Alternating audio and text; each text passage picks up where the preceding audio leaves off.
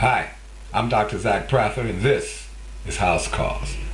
Well, welcome back for another installment of the lessons in Kabbalah, the Kabbalistic way of life. Today we're going to talk about something very important, the adversary. Who or what is this power or energy in our life that makes us do what we shouldn't do or stops us from doing the things we should do? This is a very important question. Well, the Kabbalists have a name for this energy, this force that's working within us to keep us from reaching our goal. And that name is the Satan.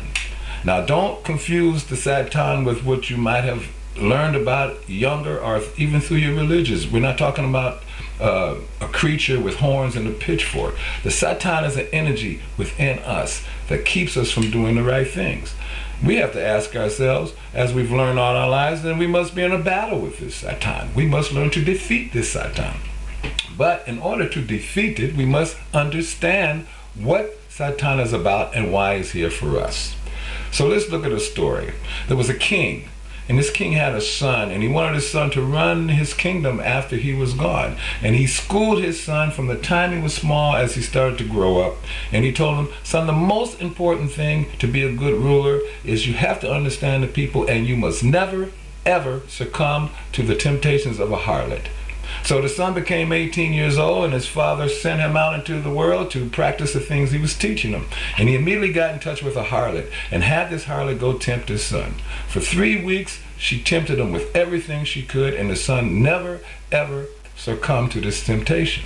So when he came back to the father was happy. He was thrilled. He gave the kingdom to the son. He became closer to the son, and he had true respect and true love. So the question the Kabbalists ask is, who brought these two together? Who did the most to bring these two together? And the answer, of course, is the harlot.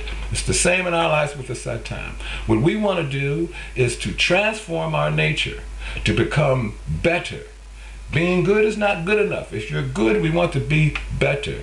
And how best to transform our nature? How best to find the parts of our nature that needs to be transformed for us to see when we are only trying to receive for ourselves alone, we need an adversary. So this answers the age-old questions of why does bad things happen to good people? The answer, because good is not good enough.